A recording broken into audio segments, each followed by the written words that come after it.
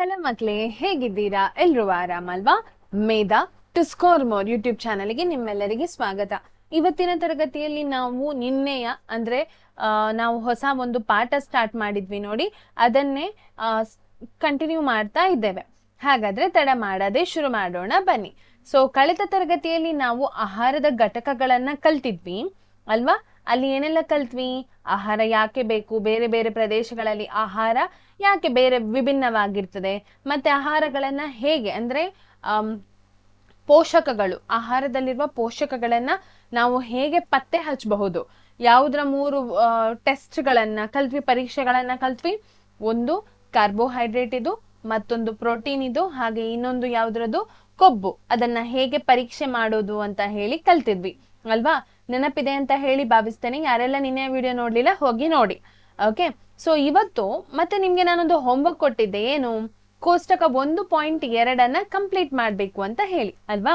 ಈಗ ಅದನ್ನ ಕಂಪ್ಲೀಟ್ ಮಾಡುವ. ನೀವು ಮಾಡಿದ್ರೆ ನನಗೀಗ ಹೇಳ್ಬೇಕು, ಅರ್ಥ ಆಯ್ತಾ? ಸೊ ಇಲ್ಲಿ 3 ಬಗೆಗೆ ಇದನ್ನ ಕೊಟ್ಟಿದ್ದಾರೆ. ಯಾವ್ದೆಲ್ಲ ಹೇಳಿದ್ದಾರೆ ಇಲ್ಲಿ? ಯಾವ್ದೆಲ್ಲ ಹೇಳಿದ್ದಾರೆ ನೋಡಿ.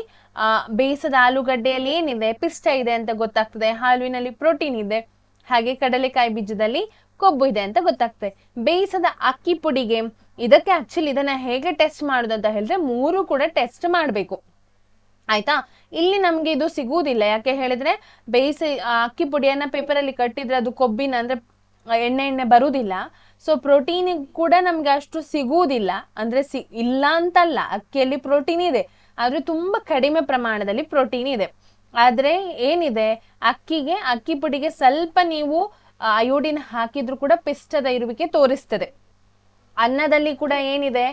ಪಿಷ್ಟ ಇದೆ ಅಲ್ವಾ? ಕಾರ್ಬೋಹೈಡ್ರೇಟ್ ಇದೆ, ಆದ್ರೆ ಪ್ರೋಟೀನಿಗೆ ನಿಮಗೆ ಏನು ಸಿಗುವುದಿಲ್ಲ, ಸರಿಯಾದ ಒಂದು ರಿಸಲ್ಟ್ ಸಿಗುವುದಿಲ್ಲ. ಹಾಗೆ ಕೊಬ್ಬಲ್ಲಿ ಕೂಡ ಸರಿಯಾದ ರಿಸಲ್ಟ್ ಸಿಗುವುದಿಲ್ಲ. ಒಣ ಕೊಬ್ಬರಿಯಲ್ಲಿ ಪಿಷ್ಟದ ಇರುವಿಕೆ ಗೊತ್ತಾಗುವುದಿಲ್ಲ ನಮಗೆ, ಅಂದ್ರೆ ಸಿಗುವುದಿಲ್ಲ. ಹಾಗೆ ಪ್ರೋಟೀನ್ ನ ಇರುವಿಕೆ ಕೂಡ ಗೊತ್ತಾಗುವುದಿಲ್ಲ, ಆದ್ರೆ ಕೊಬ್ಬು ಇದೆ ಅಂತ ಹೇಳಿ ಗೊತ್ತಾಗ್ತದೆ. ನೀವು ಒಣ ಕೊಬ್ಬರಿಯನ್ನ ಪೇಪರ್ ಅಲ್ಲಿ ಕಟ್ಟಿಟ್ರೆ ಅದು ಎಣ್ಣೆ ಆಗ್ತದೆ. ಬೇಯಿಸದ ತೊಗರಿ ಬೇಳೆ ಪಿಷ್ಟದ ಇರುವಿಕೆ ಅನ್ನೋದು ತೋರಿಸುವುದಿಲ್ಲ, ಹಾಗಾಗಿ ನಾನು ಇಲ್ಲಿ ಇಲ್ಲ ಅಂತ ಬರಿತೇನೆ. ಹಾಗಾದ್ರೆ ಪ್ರೋಟೀನ್ ಟೆಸ್ಟ್ ಮಾಡುವಾಗ ಇದೆ ಅಂತ ಸಿಗ್ತದೆ ನಮ್ಗೆ, ಕೊಬ್ಬು ಇಲ್ಲ, ಆಯ್ತಾ? ಹಾಗೆ ಬೇಯಿಸಿದ ಬೇಳೆ, ಇದ್ರಲ್ಲಿ ಕೂಡ ಪ್ರೋಟೀನ್ ಇದೆ, ಬೇರೆ 2 ಇಲ್ಲ, ಆಯ್ತಾ? ಯಾವುದು ಇಲ್ಲ, ಪಿಷ್ಟ ಇಲ್ಲ, ಹಾಗೆ ಕೊಬ್ಬಿನ ಇದು ಇಲ್ಲ. ಆದ್ರೆ ನಾನು ಒಂದು ಹೇಳ್ತೇನೆ, ಬೇಳೆಯಲ್ಲಿ ಸ್ವಲ್ಪ ಪ್ರಮಾಣದಲ್ಲಿ ಕಾರ್ಬೋಹೈಡ್ರೇಟ್ ಇರ್ತದೆ, ಆದ್ರೆ ಅದು ನಮಗೆ ಟೆಸ್ಟ್ಗೆ ಏನಾಗುವುದಿಲ್ಲ, ಗೊತ್ತಾಗುವುದಿಲ್ಲ. ಅದಕ್ಕೆ ನೀವು ಸರಿಯಾಗಿ ಟೆಸ್ಟ್ ಮಾಡ್ಬೇಕಾದ್ರೆ ಬೇರೆ ಬೇರೆ ರೀತಿಯ ಟೆಸ್ಟ್ ಗಳನ್ನ ಮಾಡ್ಬೇಕಾಗ್ತದೆ. ಖಾಲಿ ಅಯೋಡಿನ್ ಟೆಸ್ಟ್ ಸಾಕಾಗುವುದಿಲ್ಲ. ಓಕೆ, ಸೊ ಯಾವುದೇ ಒಂದು ತರಕಾರಿಯ ತುಂಡು ತಕೊಂಡು ಯಾವುದು ಅಂತ ಹೇಳಿದ್ರೆ ನಮ್ಗೀಗ ಇಲ್ಲಿ ಹೇಳಲಿಕ್ಕೆ ಆಗುವುದಿಲ್ಲ. ಸೊ ನಾನು ಡ್ಯಾಶ್ ಅಂತ ಹಾಕ್ತೇನೆ. ಒಂದು ವೇಳೆ ನೀವೀಗ ಗೆಣಸು ತಕೊಂಡ್ರೆ, ಗೆಣಸು ಆಯ್ತಾ, ನಾನು ಇದಕ್ಕೆ ಕನೆಕ್ಟ್ ಮಾಡ್ತಾ ಇದ್ದೇನೆ, ತರಕಾರಿದುಂಟಲ್ಲ ಅದಕ್ಕೆ ಕನೆಕ್ಟ್ ಮಾಡ್ತಾ ಇದ್ದೇನೆ. ಗೆಣಸು ಅಂತ ಹೇಳಿ ತಕೊಂಡ್ರೆ ಅಲ್ಲಿ ಪಿಷ್ಟ ಇದೆ ಅಂತ ತೋರಿಸ್ತದೆ, ಆದ್ರೆ ಪ್ರೋಟೀನ್ ಇಲ್ಲ, ಕೊಬ್ಬು ಇಲ್ಲ ಅಂತ ಹೇಳಿ ಗೊತ್ತಾಗ್ತದೆ. ಅದೇ ನೀವು ಅಲ್ಲಿ ಏನಾದ್ರೂ ಒಂದು ಸೊಪ್ಪು ತಕೊಂಡ್ರೆ ಅಲ್ಲಿ ಪ್ರೋಟೀನ್ ಇದೆ ಅಂತ ಗೊತ್ತಾಗ್ತದೆ. ಯಾವ್ದಾದ್ರು ಒಂದು ಸೊಪ್ಪು ತಕೊಂಡ್ರೆ ಅಲ್ಲಿ ಪ್ರೋಟೀನ್ ಇದೆ ಅಂತ ಗೊತ್ತಾಗ್ತದೆ, ಆದ್ರೆ ಪಿಷ್ಟ ಮತ್ತು ಕೊಬ್ಬು ಇಲ್ಲ ಅಂತ ಹೇಳಿ ನಮ್ಗೆ ತಿಳಿತದೆ. ಆದ್ರೆ ಅಲ್ಲಿ ಯಾವುದು ಕೊಡದ ಕಾರಣ ಡ್ಯಾಶ್ ಅಂತ ಹಾಕ್ತೇನೆ ನಾನು, ಆಯ್ತಾ? ಇದು ಹಣ್ಣಿದು ಕೂಡ ಹಾಗೆ, ಯಾವುದು ಅಂತ ಹೇಳಿ ಕೊಡ್ಲಿಲ್ಲ ಅವರು ನಮ್ಗೆ, ಹಾಗಾಗಿ ಅಲ್ಲಿ ಡ್ಯಾಶ್ ಅಂತ ಹಾಕುವ. ಇಲ್ಲದಿದ್ರೆ ಪ್ರಶ್ನೆ ಬರ್ತದೆ. ಈಗ ಆಪಲ್ ಅಂತ ತಗೊಂಡ್ರೆ ಅದರಲ್ಲಿ ಪಿಷ್ಟ ಇದೆ, ಮಾಲ್ಟೋಸ್ ಅನ್ನೋ ಒಂದು ಕಾರ್ಬೋಹೈಡ್ರೇಟ್ ಇದೆ, ಹಾಗಾಗಿ ನಿಮಗೆ ಬ್ಲೂ ಕಲರ್, ನೇರಳೆ ಅಲ್ಲ, ಡಾರ್ಕ್ ಬ್ಲೂ ಕಲರ್ ನಿಮ್ಗೆ ಗೊತ್ತಾಗ್ತದೆ. ಅದ್ರಲ್ಲಿ ನೀವು ಹಾಗಾದ್ರೆ ಬೇರೆ ಒಂದು ಪ್ರೋಟೀನ್ ಯುಕ್ತ ಒಂದು ಇದನ್ನ ಕೊಟ್ಟು, ಯಾವುದನ್ನ ಒಂದು ಫ್ರೂಟ್ ಅನ್ನ ಕೊಟ್ಟು ನಿಮಗೆ ಇದರಲ್ಲಿ ಪಿಷ್ಟ ಉಂಟಾ ಅಂತ ಹೇಳಿ ಕೇಳಿದ್ರೆ ನಮ್ಗೆ ಉತ್ತರ ಕೊಡ್ಲಿಕ್ಕೆ ಆಗುದಿಲ್ಲ. ಸೊ ಯಾವುದು ಕೊಡದ ಕಾರಣ, ಮೆನ್ಷನ್ ಮಾಡದ ಕಾರಣ ಅಲ್ಲಿ, ಸೊ ನಾನು ಡ್ಯಾಶ್ ಅಂತ ಹಾಕಿದ್ದೇನೆ. ಈಗ ಬೇಯಿಸಿದ ಮೊಟ್ಟೆ, ಇದರಲ್ಲಿ ಏನಿದೆ? ಪ್ರೋಟೀನ್ ಇದೆ, ನಮ್ಗೆಲ್ಲರಿಗೆ ಗೊತ್ತಿದೆ ಅಲ್ವಾ? ಪ್ರೋಟೀನ್ ಇದೆ, ಕೊಬ್ಬು ಇಲ್ಲ, ಹಾಗೆ ಪಿಷ್ಟದ ಇರುವಿಕೆ ಇಲ್ಲ ಇಲ್ಲಿ, ಅರ್ಥ ಆಯ್ತಾ? ಸೊ ಇದು ನಿನ್ನೆಯ ಒಂದು ಕೋಷ್ಟಕ ನಮ್ಗೆ ಮಾಡ್ಲಿಕ್ಕಿತ್ತಲ್ವಾ, ನಾನು ನಿಮ್ಗೆ ಹೋಮ್ವರ್ಕ್ ಕೊಟ್ಟಿದ್ದೆ ಇದನ್ನ ಮಾಡ್ಬೇಕು ಅಂತ ಹೇಳಿ. ಅದು ಕೊಬ್ಬಿನ ಪರೀಕ್ಷೆ ಏನು ಅಂತ ಹೇಳಿ ಕಲ್ತಿದ್ದೇವೆ. ಸೊ ನಾವಿವತ್ತು ಮುಂದುವರಿಯೋಣ. ಅಂದ್ರೆ ಯಾವುದು? ವಿವಿಧ ಪೋಷಕಗಳು ನಮ್ಮ ದೇಹಕ್ಕೆ ಏಕೆ ಬೇಕು, ಅರ್ಥ ಆಯ್ತಾ? ಯಾಕೆ ವಿವಿಧ ಪೋಷಕಗಳು ನಮ್ಮ ದೇಹಕ್ಕೆ ಏಕೆ ಬೇಕು ಅನ್ನೋದನ್ನ ನಾವಿವತ್ತು ಕಲಿತಾ ಇದ್ದೇವೆ. ಓಕೆ, ಸೊ ಯಾಕೆ ಬೇಕು ಅಂತ ಹೇಳೋದಾದ್ರೆ, ನಮ್ಗೆ ಯಾಕೆ ಬೇಕು ಪೋಷಕಗಳು? ಯಾಕೆ ಬೇಕು? ಪೋಷಕಗಳು ಬೇಕು ಅಲ್ವಾ, ನಾವು ಬೆಳಿಬೇಕು, ನಮ್ಮ ದೇಹದಲ್ಲಿ ಬೇರೆ ಬೇರೆ ರೀತಿಯ ಕಾರ್ಯಚಟುವಟಿಕೆಗಳು ನಡೀತಾ ಇರ್ತದೆ, ಆ ಕ್ರಿಯೆಗಳು ನಡಿಬೇಕು, ಅದಕ್ಕೆ ಶಕ್ತಿ ಬೇಕು ಅಲ್ವಾ. ನಮ್ಮ ದೇಹಕ್ಕೆ ಏನು ಖಾಲಿ ಶಕ್ತಿ ಇದ್ರೆ ಸಾಕಾ? ಈಗ ಬಿದ್ದಾಗ ಗಾಯ ಆದ್ರೆ ಅದು ರಿಪೇರ್ ಆಗ್ಬೇಕಲ್ವಾ. ಸೊ ಹಾಗೆ ನಮಗೆ ಬೇರೆ ಬೇರೆ ರೀತಿಯ ಜೈವಿಕ ಕ್ರಿಯೆಗಳು ನಡಿಬೇಕಾದ್ರೆ ಎಲ್ಲಾ ರೀತಿಯ ಪೋಷಕಗಳು ಬೇಕಾಗ್ತದೆ. ಒಂದೇ ರೀತಿಯ ಪೋಷಕಗಳನ್ನ ನಾವು ತಿಂದು, ಈಗ ನಾನು ಖಾಲಿ ಅನ್ನ ಮಾತ್ರ ತಿಂತೇನೆ ಅಂತ ಹೇಳಿದ್ರೆ ನಂಗೆ ಅದು ಸಾಕಾಗುದಿಲ್ಲ. ಕಾರ್ಬೋಹೈಡ್ರೇಟ್ ಸಿಗ್ತದೆ, ಆದ್ರೆ ನಂಗೆ ಪ್ರೋಟೀನ್ ಸಿಗುದಿಲ್ಲ, ಅಲ್ಲಿ ಕೊಬ್ಬು ಸಿಗುದಿಲ್ಲ, ವಿಟಮಿನ್ಸ್ಗಳು ಸಿಗುವುದಿಲ್ಲ. ಸೊ ಹಾಗಾಗಿ ಅನ್ನದೊಟ್ಟಿಗೆ ಸಾಂಬಾರ ಪಲ್ಯನ ಏನೋ ತಿಂತೇನೆ ನಾನು, ಅದ್ರೊಟ್ಟಿಗೆ ಇರುವ ತರಕಾರಿಯಲ್ಲಿ ಇರುವಂತಹ ಪೋಷಕಗಳು ನನ್ನ ದೇಹಕ್ಕೆ ಬೇಕಾಗ್ತದೆ. ಅರ್ಥ ಆಯ್ತಾ?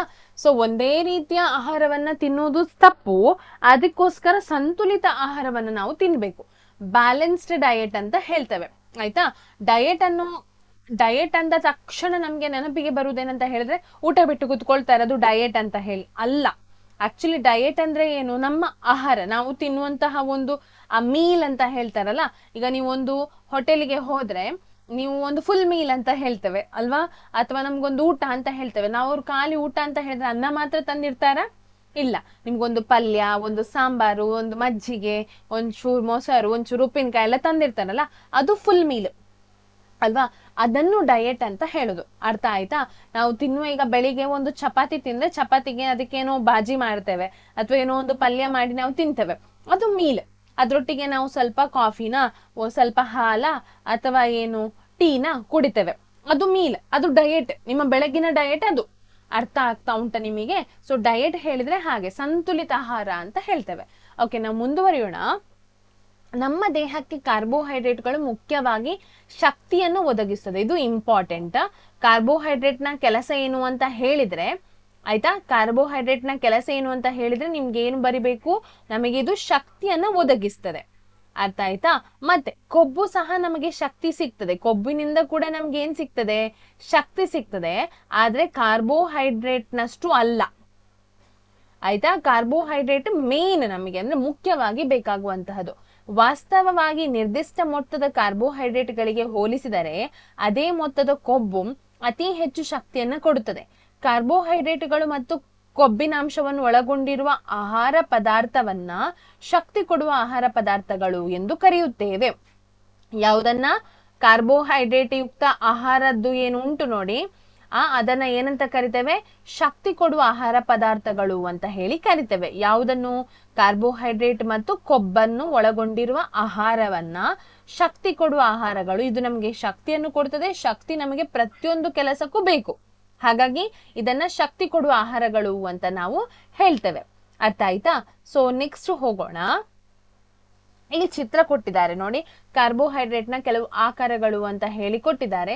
ಇಲ್ಲಿ ನಿಮ್ಗೆ ಕಾಣ್ಬಹುದು ಕಾರ್ಬೋಹೈಡ್ರೇಟ್ ನ ಒಂದೊಂದು ಏನು, ಆಲೂಗಡ್ಡೆ, ಗೆಣಸು, ಪಪಾಯ, ಕಬ್ಬು, ಕಲ್ಲಂಗಡಿ, ಮಾವು, ಹೆಚ್ಚಿನ ಹಣ್ಣುಗಳಲ್ಲಿ ಕಾರ್ಬೋಹೈಡ್ರೇಟ್ ಇದೆ. ಆಯ್ತಾ? ನಾವು ತಿನ್ನುವಂತಹ ದೊಡ್ಡ ಪ್ರಮಾಣದ ಆಹಾರ ಅಂದ್ರೆ ಮೇನ್ ಕೋರ್ಸ್ ಅಂತ ಏನು ಹೇಳ್ತೇವೆ, ಅಂದ್ರೆ ಅನ್ನ, ಧಾನ್ಯ, ಮುಖ್ಯವಾದ ಧಾನ್ಯಗಳು ಉಂಟಲ್ಲ, ಅಕ್ಕಿ, ಗೋಧಿ, ಅದೆಲ್ಲ, ಅದರಲ್ಲಿ ಕೂಡ ಕಾರ್ಬೋಹೈಡ್ರೇಟ್ ಇರ್ತದೆ. ಆಯ್ತಾ? ಇದರಲ್ಲಿ ಕೂಡ ಕಾರ್ಬೋಹೈಡ್ರೇಟ್ ಇರ್ತದೆ. ನೀವು ಯಾವುದೇ ಹಣ್ಣನ್ನ ಕಾರ್ಬೋಹೈಡ್ರೇಟ್ಗೆ ಉದಾಹರಣೆಯಾಗಿ ಬರಿಬಹುದು, ಅಥವಾ ಯಾವುದೇ ಧಾನ್ಯವನ್ನ ಕೂಡ ನೀವು ಕಾರ್ಬೋಹೈಡ್ರೇಟ್ಗೆ ಉದಾಹರಣೆಯಾಗಿ ಬರಿಬಹುದು. ಅದರ ಒಟ್ಟಿಗೆ ನೋಡಿ, ಕೊಬ್ಬನ್ನು ಹೊಂದಿರುವ ಆಹಾರ ಪದಾರ್ಥಗಳು ಯಾವುದೆಲ್ಲ? ಎಣ್ಣೆಗಳು, ಹೆಚ್ಚಾಗಿ ಎಣ್ಣೆ, ಸಸ್ಯ ಮೂಲ ಎಲ್ಲಾ ರೀತಿಯ ಎಣ್ಣೆ, ತೆಂಗಿನ ಎಣ್ಣೆ, ಮತ್ತೆ ಸಾಸಿವೆ ಎಣ್ಣೆ, ಎಳ್ಳೆಣ್ಣೆ, ಎಲ್ಲ ರೀತಿಯ ಎಣ್ಣೆಗಳು ಕೂಡ ಏನಾಗಿದೆ? ಅದು ಕೊಬ್ಬನ್ನು ಹೊಂದಿದೆ. ಅದು ಸಸ್ಯ ಮೂಲ ಕೊಬ್ಬು. ಪ್ರಾಣಿ ಮೂಲ ಕೊಬ್ಬು ಯಾವುದು? ಪ್ರಾಣಿ ಮೂಲ ಕೊಬ್ಬು ಅಂತ ಹೇಳಿದ್ರೆ ಮಾಂಸ ಆಗಿರಬಹುದು, ತುಪ್ಪ, ಹಾಲು, ಬೆಣ್ಣೆ, ಅದೇನಿದೆ ನೋಡಿ, ಅದು ಪ್ರಾಣಿ ಮೂಲ ಕೊಬ್ಬು. ಅರ್ಥ ಆಯ್ತಾ? ಓಕೆ, ಸೊ ಈಗ ಮುಂದುವರಿಯೋಣ ನಾವು. ನಿಮ್ಗೆ ಶಕ್ತಿ ಕೊಡುವ ಆಹಾರ ಯಾವುದು ಅಂತ ಹೇಳಿ ನಿಮ್ಗೆ ಗೊತ್ತಾಯ್ತು. ಈಗ ನಮ್ಮ ದೇಹದ ಬೆಳವಣಿಗೆಗೆ ಮತ್ತು ದುರಸ್ತಿಗೆ ಪ್ರೋಟೀನುಗಳು ಅವಶ್ಯಕ. ಆಯ್ತಾ? ನಮ್ಮ ದೇಹ ಬೆಳವಣಿಗೆ ಆಗ್ಬೇಕಾದ್ರೆ ಪ್ರೋಟೀನುಗಳು ಬೇಕು. ಆಯ್ತಾ? ದುರಸ್ತಿ ಆಗ್ಬೇಕಾದ್ರೆ, ಈಗ ನಾನು ಆಗ ಹೇಳಿದೆ, ಬಿದ್ದಾಗ ಗಾಯ ಆಗ್ತದೆ, ಆ ಗಾಯ ಒಣಗಬೇಕಾದ್ರೆ ನಮಗೆ ಪ್ರೋಟೀನು ಬೇಕು. ಆಯ್ತಾ.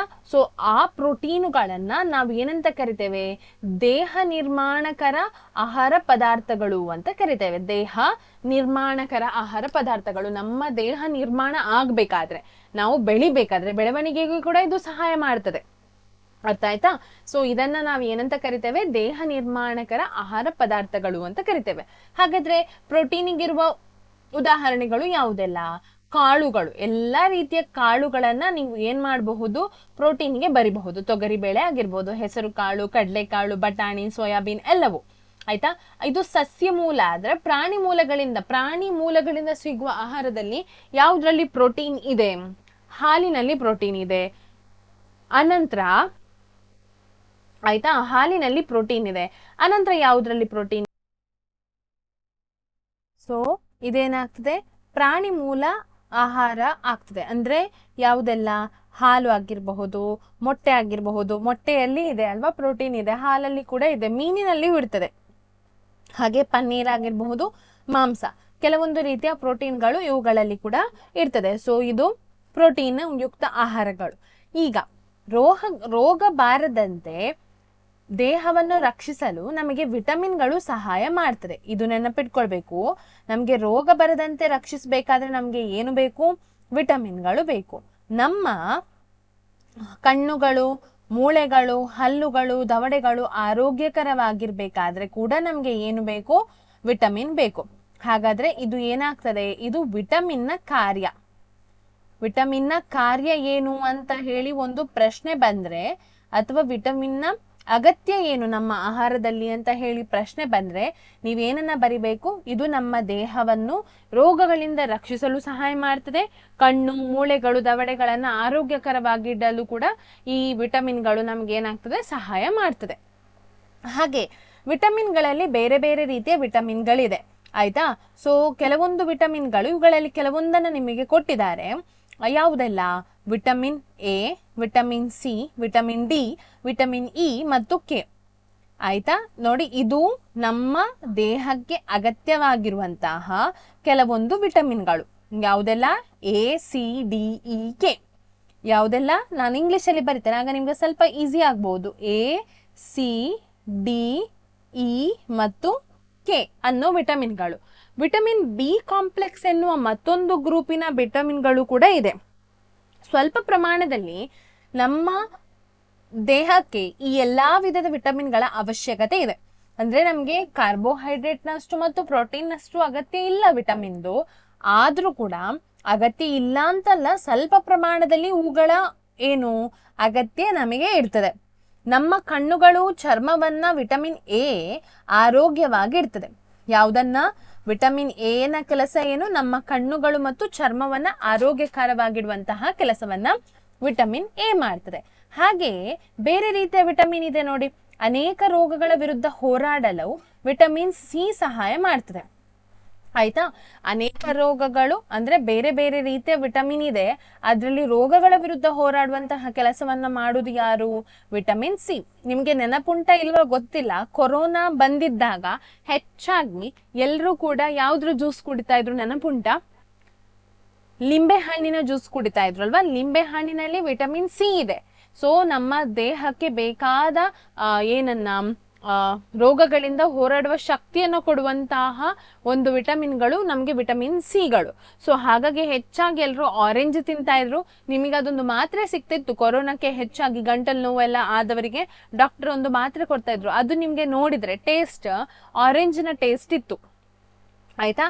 ಸೊ ಆ ಆರೆಂಜ್ ಅಲ್ಲಿ ಇರಬಹುದು, ಮುಸಂಬಿಯಲ್ಲಿ ಇರಬಹುದು, ಅವು ಕಿತ್ತಳೆ ಹಣ್ಣು ಅಲ್ವಾ. ಸೊ ಅವುಗಳೆಲ್ಲದರಲ್ಲಿ ವಿಟಮಿನ್ ಸಿ ಇದೆ. ಇದನ್ನ ನಾವು ಆವಾಗ ಅಂದ್ರೆ ನಮ್ಮ ಆಹಾರದಲ್ಲಿ ಇದು ಇರಬೇಕು. ಆಕ್ಚುಲಿ ವಾರಕ್ಕೆ ಒಮ್ಮೆ 2 ಸಲ ಆದ್ರೂ ನಾವು ಇದನ್ನ ತಿನ್ನಬೇಕು. ಯಾಕೆ ಹೇಳಿದ್ರೆ ನಮ್ಮ ದೇಹದಲ್ಲಿ ರೋಗಗಳ ವಿರುದ್ಧ ಹೋರಾಡುವಂತಹ ಶಕ್ತಿಯನ್ನು ಇವುಗಳು ನಮ್ಮ ದೇಹಕ್ಕೆ ಕೊಡ್ತದೆ. ಹಾಗೆಯೇ ವಿವಿಧ ವಿಟಮಿನ್ಗಳು ಸಮೃದ್ಧಿಯಾಗಿರುವ ಆಹಾರ ಪದಾರ್ಥಗಳನ್ನ ಇಲ್ಲಿ ಚಿತ್ರದಲ್ಲಿ ತೋರಿಸಿದ್ದಾರೆ ನೋಡಿ. ವಿಟಮಿನ್ ಎ ನ ಕೆಲವು ಆಕಾರಗಳು. ವಿಟಮಿನ್ ಎ ಯಾವ್ದ್ರಲ್ಲೆಲ್ಲ ಸಿಗ್ತದೆ ಅಂತ ಹೇಳಿ ಕೊಟ್ಟಿದ್ದಾರೆ. ಯಾವ್ದ್ರಲ್ಲಿ ಸಿಗ್ತದೆ ನೋಡಿ? ಮೀನಿನ ಎಣ್ಣೆಯಲ್ಲಿ, ಹಾಲಿನಲ್ಲಿ, ಮಾವಿನಲ್ಲಿ, ಕ್ಯಾರೆಟ್, ಪಪಾಯ, ಇದ್ರಲ್ಲೆಲ್ಲ ವಿಟಮಿನ್ ಎ ಇದೆ ಅಲ್ವಾ. ಯಾವುದಕ್ಕೆ ಒಳ್ಳೇದು? ಕಣ್ಣಿಗೆ ಒಳ್ಳೇದು ಅಲ್ವಾ. ಹಾಗೆ ವಿಟಮಿನ್ ಬಿ ನೋಡಿ. ವಿಟಮಿನ್ ಬಿ ಯಾವ್ದ್ರಲ್ಲೆಲ್ಲ ಇದೆ? ಅಕ್ಕಿಯಲ್ಲಿ ಇದೆ, ಗೋಧಿಯಲ್ಲಿ ಇದೆ. ಪಿತ್ತಜನಕಾಂಗ ಲಿವರ್ ನಾವು ತಿಂತೇವಲ್ವಾ, ಕೆಲವರು ಲಿವರ್ ಎಲ್ಲ ತಿಂತಾರಲ್ವಾ, ಕೋಳಿದ್ದಾಗಿರ್ಬಹುದು, ಅದರಲ್ಲಿ ಯಾವುದಿದೆ, ವಿಟಮಿನ್ ಬಿ ಇದೆ. ಹಾಗೆಯೇ ವಿಟಮಿನ್ ಸಿ ಯುಕ್ತ ಆಹಾರಗಳು ಯಾವುದೆಲ್ಲ ನೋಡಿ, ಲಿಂಬೆ ಮತ್ತೆ ನೆಲ್ಲಿಕಾಯಿ ಆಗಿರ್ಬೋದು, ಟೊಮ್ಯಾಟೊ ಆಗಿರ್ಬೋದು, ಹುಣಸೆ ಹಣ್ಣು, ಸ್ವಲ್ಪ ಹುಳಿ ಇರುವ ಆಹಾರ ಪದಾರ್ಥಗಳಲ್ಲಿ ಎಲ್ಲದರಲ್ಲಿ ಕೂಡ, ಹುಳಿ ಇರುವ ಹಣ್ಣುಗಳಲ್ಲಿ ಎಲ್ಲದರಲ್ಲಿ ಕೂಡ ಏನಿದೆ, ವಿಟಮಿನ್ ಸಿ ಇದೆ. ಎಲ್ಲದರಲ್ಲಿ ಅಂತಲ್ಲ, ಕೆಲವುದ್ರಲ್ಲಿ, ಆಯ್ತಾ. ಮತ್ತೆ ಸೀಬೆ ಹಣ್ಣು, ಸೀಬೆ ಅಂತ ಹೇಳಿದ್ರೆ ಇದು ಗುವಾವ ಅಲ್ವಾ, ಅದ್ರಲ್ಲೆಲ್ಲದ್ರಲ್ಲಿ ಕೂಡ ಇದೆ. ಮತ್ತೆ ನೋಡಿ ವಿಟಮಿನ್ ಡಿ ಯಾವ್ದ್ರಲ್ಲೆಲ್ಲ ಇದೆ, ಮೀನಲ್ಲಿ ಇದೆ, ಮೊಟ್ಟೆಯಲ್ಲಿ ಇದೆ, ಪಿತ್ತಜನಕಾಂಗ, ಬೆಣ್ಣೆ, ಹಾಲು, ಇದ್ರಲ್ಲೆಲ್ಲ ವಿಟಮಿನ್ ಡಿ ಇದೆ. ಸೊ ಇದು ಕೂಡ ನಮ್ಮ ದೇಹಕ್ಕೆ ಬೇಕಾಗಿರ್ತದೆ. ಈಗ ಸೂರ್ಯನ ಬೆಳಕಿನಲ್ಲಿ ನಮ್ಮ ದೇಹವು ಸಹ ವಿಟಮಿನ್ ಡಿ ಅನ್ನ ತಯಾರಿಸುತ್ತದೆ. ಇಂದಿನ ದಿನಗಳಲ್ಲಿ ಸೂರ್ಯನ ಬೆಳಕನ್ನು ಕಡಿಮೆ ಪ್ರಮಾಣದಲ್ಲಿ ಪಡೆಯುವುದರಿಂದ ಅನೇಕ ಜನರಿಗೆ ವಿಟಮಿನ್ ಡಿ ಕೊರತೆ ಉಂಟಾಗುತ್ತದೆ. ಈಗ ಸಣ್ಣ ಮಕ್ಕಳೀಗ ಹಿಂದಿನ ಕಾಲದಲ್ಲೆಲ್ಲ ಸಣ್ಣ ಮಕ್ಕಳನ್ನ ಏನ್ ಮಾಡ್ತಾ ಇದ್ರು ಅಂತ ಹೇಳಿದ್ರೆ, ಹುಟ್ಟಿದ ಮಗುವನ್ನು ಹೊರಗೆ ಕೊಂಡೋಗ್ಲಿಕ್ಕಿಲ್ಲ ಅಲ್ವಾ, ಆದ್ರೂ ಕೂಡ ಅಜ್ಜಂದಿರೆಲ್ಲ ಸ್ನಾನ ಮಾಡಿಸುವಾಗ ಒಮ್ಮೆ ಎಣ್ಣೆ ಎಲ್ಲ ಹಚ್ಚಿ ಮಗುವನ್ನು ಬಿಸಿಲಿಗೆ ಹಿಡಿತಾ ಇದ್ರು. ಯಾಕೆ ಹೇಳಿದ್ರೆ ಬೆಳಗ್ಗಿನ ಬಿಸಿಲು, ಮಧ್ಯಾಹ್ನದ ಬಿಸಿಲಲ್ಲ, ಬೆಳಗ್ಗಿನ ಬಿಸಿಲು ಮತ್ತು ಸಂಜೆಯ ಬಿಸಿಲು, ಆ ಬಿಸಿಲಿನಲ್ಲಿ ಇರುವ ವಿಟಮಿನ್ ಡಿ ನಮ್ಮ ದೇಹಕ್ಕೆ ಒಳ್ಳೇದು. ಅರ್ಥ ಆಯ್ತಲ್ವಾ. ಈಗ ಮತ್ತೆ ಮಧ್ಯಾಹ್ನದ ಉರಿ ಬಿಸಿಲು ಅಲ್ಲ, ಅದರಲ್ಲಿ ನೇರಳಾತೀತ ಕಿರಣಗಳಿರುವುದರಿಂದ ನಮ್ಮ ದೇಹಕ್ಕೆ ಕ್ಯಾನ್ಸರ್ ಆಗಬಹುದು, ಟ್ಯಾನ್ ಆಗುವಂತದ್ದು, ಸ್ಕಿನ್ ಅಲ್ಲೇ ಕಪ್ಪಾಗುವಂತಹದ್ದು ಅಂತದೆಲ್ಲ ಆಗ್ತದೆ. ಆದ್ರೆ ಆ ಬಿಸಿಲಲ್ಲ ಹೇಳಿದ್ ನಾನು, ಬೆಳಗ್ಗಿನ ಬಿಸಿಲು ಮತ್ತು ಸಂಜೆಯ ಬಿಸಿಲು, 4 ಗಂಟೆ 5 ಗಂಟೆ ನಂತರ ಇರ್ತದಲ್ಲ ಸ್ವಲ್ಪ ಬಿಸಿಲು, ಆ ಬಿಸಿಲು ನಮ್ಮ ದೇಹಕ್ಕೆ ಒಳ್ಳೇದು. ಅರ್ಥ ಆಯ್ತಲ್ಲ. ಸೊ ಅದ್ರಿಂದ ನಮ್ಮ ದೇಹದಲ್ಲಿ ಅದನ್ನ ನಾವು ಬಿಸಿಲಿಗೆ ನಾವು ನಮ್ಮ ದೇಹವನ್ನ ಒಡ್ಡಿದಾಗ ನಮ್ಮ ದೇಹವೇ ವಿಟಮಿನ್ ಡಿ ಅನ್ನ ಉತ್ಪತ್ತಿ ಮಾಡ್ತದೆ, ಆಯ್ತಾ. ಸೊ ಹಾಗಾಗಿ ನಮ್ಗೆ ಬಿಸಿಲಿನಿಂದ ಕೂಡ ನಮ್ಗೆ ವಿಟಮಿನ್ ಡಿ ಸಿಗ್ತದೆ ಅಂತ ಹೇಳ್ತಾರೆ. ನಮ್ಮ ದೇಹಕ್ಕೆ ಖನಿಜಗಳು ಕಡಿಮೆ ಪ್ರಮಾಣದಲ್ಲಿ ಬೇಕಾಗುತ್ತದೆ. ದೇಹದ ಸರಿಯಾದ ಬೆಳವಣಿಗೆಗೆ ಮತ್ತು ಉತ್ತಮ ಆರೋಗ್ಯವನ್ನು ಕಾಪಾಡಲು ಪ್ರತಿಯೊಂದು ಮುಖ್ಯ. ವಿವಿಧ ಖನಿಜಗಳ ಕೆಲವು ಆಕಾರಗಳನ್ನ ತೋರಿಸಲಾಗಿದೆ. ಈಗ ಖನಿಜಗಳಿಂದ ನಮಗೆ ಏನು ಉಪಯೋಗ ಅಂತ ಕೇಳಿದ್ರೆ ನೀವೇನು ಹೇಳ್ತೀರಿ? ಖನಿಜಗಳು ನಮ್ಮ ದೇಹದ ಬೆಳವಣಿಗೆಗೆ ಮತ್ತು ಆರೋಗ್ಯವನ್ನ ಕಾಪಾಡಲು ಖನಿಜಗಳು ಅಗತ್ಯ. ಸೊ ಖನಿಜಗಳ ಕಾರ್ಯವೇನು? ಖನಿಜಗಳ ಕಾರ್ಯ ಇದೆ, ಆಯ್ತಾ. ನಮ್ಮ ದೇಹವನ್ನ ಆರೋಗ್ಯವಾಗಿ ಕಾಪಾಡುವಂತಹದ್ದು ಮತ್ತು ನಮ್ಮ ದೇಹವನ್ನ ಸರಿಯಾಗಿ ಬೆಳೆಯುವ ಹಾಗೆ ಮಾಡುವಂತಹದ್ದು.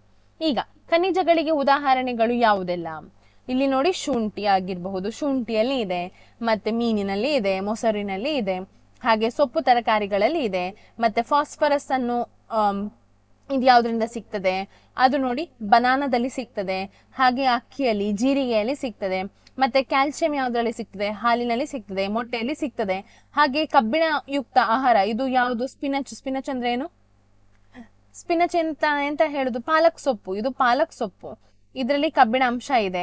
ಹಾಗೆ ಸೇಬುವಿನಲ್ಲಿ ಕಬ್ಬಿಣ ಅಂಶ ಇದೆ ಅಲ್ವಾ. ಇದಕ್ಕೆ ಪಿಯರ್ ಅಂತ ಹೇಳ್ತಾರಲ್ಲ, ಅದಕ್ಕೆ ಎಂತ ಹೇಳ್ತಾರೆ? ಸೊ ಇದರಲ್ಲಿ ಕೂಡ ಕಬ್ಬಿಣ ಅಂಶ ಇದೆ, ಆಯ್ತಾ. ಸೊ ಇವೆಲ್ಲವೂ ಕಬ್ಬಿಣ ಅಂಶ ಇರುವಂತಹ ಕೆಲವೊಂದು ಖನಿಜಗಳನ್ನ ಹೊಂದಿರುವಂತಹ ಆಹಾರಗಳು. ಸಾಮಾನ್ಯವಾಗಿ ಬಹಳಷ್ಟು ಜನ ಆಹಾರ ಪದಾರ್ಥಗಳು ಒಂದಕ್ಕಿಂತ ಹೆಚ್ಚು ಪೋಷಕಗಳನ್ನ ಒಳಗೊಂಡಿರುತ್ತದೆ. ನಿಮ್ಮ ವೀಕ್ಷಣೆಗಳನ್ನ ಕೋಷ್ಟಕ 1.2ರಲ್ಲಿ ದಾಖಲು ಮಾಡುವಾಗ ನೀವು ಇದನ್ನ ಗಮನಿಸಿರಬಹುದು. ಆದರೆ ಪರಿಗಣಿಸಿದ ಯಾವುದೇ ಹಸಿಯಾದ ವಸ್ತುವಿನಲ್ಲಿ ಒಂದು ನಿರ್ದಿಷ್ಟ ಪೋಷಕವು ಇತರ ಪೋಷಕಗಳಿಂದ ಅತಿ ಹೆಚ್ಚು ಪ್ರಮಾಣದಲ್ಲಿ ಇರಬಹುದು. ಉದಾಹರಣೆಗೆ ನೋಡಿ, ನಾನು ಆಗ ಹೇಳಿದೆ ಅಕ್ಕಿಯಲ್ಲಿ ಕಾರ್ಬೋಹೈಡ್ರೇಟ್ಗಳು ಮತ್ತು ಇತರ ಪೋಷಕಗಳಿಂದ ಹೆಚ್ಚಾಗಿರುತ್ತದೆ. ಹಾಗಾಗಿ ಅಕ್ಕಿಯನ್ನ ಕಾರ್ಬೋಹೈಡ್ರೇಟ್ ಸಮೃದ್ಧಿಯಾಗಿರುವ ಆಹಾರದ ಆಕಾರ ಎಂದು ನಾವು ಹೇಳುತ್ತೇವೆ. ಅಕ್ಕಿಯಲ್ಲಿ ಪ್ರೋಟೀನ್ ಕೂಡ ಇದೆ, ಆದ್ರೆ ಹೆಚ್ಚಿನ ಪ್ರಮಾಣದಲ್ಲಿ ಇರುವುದು ಯಾವುದು? ಕಾರ್ಬೋಹೈಡ್ರೇಟ್. ಪೋಷಕಗಳಲ್ಲದೆ ನಮ್ಮ ದೇಹಕ್ಕೆ ನೀರು ಮತ್ತು ನಾರುಗಳ ಅವಶ್ಯಕತೆ ಕೂಡ ಇದೆ. ಯಾವುದು? ನೀರು ಮತ್ತು ನಾರು, ಇದು ಇಂಪಾರ್ಟೆಂಟ್. ನೀರು ಮತ್ತು ನಾರು ಕೂಡ ನಮ್ಮ ದೇಹಕ್ಕೆ ಬೇಕು. ಖಾಲಿ ಪೋಷಕಗಳು, ಆಹಾರದಲ್ಲಿರೋ ಪೋಷಕಗಳು ಮಾತ್ರ ಅಲ್ಲ, ಅದ್ರೊಟ್ಟಿಗೆ ನಮಗೆ ನಾರು ಬೇಕು, ಹಾಗೆ ನೀರು ಬೇಕು. ಇದು ಯಾಕೆ ಅಂತ ಹೇಳಿ ನೋಡಿ, ಇಲ್ಲಿ ಉಂಟು ನೋಡಿ, ಹೇಳ್ತಾನೆ. ಮುಖ್ಯವಾಗಿ ಸಸ್ಯ ಉತ್ಪನ್ನಗಳಿಂದ ನಾರು ಪದಾರ್ಥ ದೊರೆಯುತ್ತದೆ. ಇಡೀ ಧಾನ್ಯಗಳು, ಕಾಳುಗಳು, ಆಲೂಗಡ್ಡೆ, ತಾಜಾ ಹಣ್ಣುಗಳು ಮತ್ತು ತರಕಾರಿಗಳು ನಾರು ಪದಾರ್ಥದ ಪ್ರಧಾನ ಆಕರಗಳು. ನಮ್ಮ ದೇಹಕ್ಕೆ ಯಾವುದೇ ಪೋಷಕಗಳನ್ನ ನಾರು ಪದಾರ್ಥ ಒದಗಿಸುವುದಿಲ್ಲ, ಆದರೆ ಇದು ಆಹಾರದ ಅಗತ್ಯ ಘಟಕ ಮತ್ತು ಇದು ಆಹಾರದ ಪ್ರಮಾಣವನ್ನ ಹೆಚ್ಚಿಸುತ್ತದೆ. ಜೀರ್ಣವಾಗದ ಆಹಾರವನ್ನು ನಮ್ಮ ದೇಹ ಹೊರಹಾಕಲು ಇದು ಸಹಾಯ ಮಾಡುತ್ತದೆ. ಅಂದ್ರೆ ನಮ್ಮ ದೇಹಕ್ಕೆ ಬೇಕಾದ ಪೋಷಕ ಸಿಗುವುದಿಲ್ಲ ನಾರಿನಿಂದ ಮತ್ತು ನೀರಿನಿಂದ. ಆದ್ರೆ ನಮ್ಮ ದೇಹ ನೋಡಿ, ನಿಮ್ಗೆ ಗೊತ್ತಿದ್ರೆ ನಮ್ಮ ದೇಹ 70% ಅಷ್ಟು ನಮ್ಮ ಬಾಡಿ ರಕ್ತದಿಂದ ಮಾಡಲ್ಪಟ್ಟಿದೆ. ಆ ರಕ್ತ ಯಾವುದು? ದ್ರವ ರೂಪದಲ್ಲಿದೆ ಅಲ್ವಾ?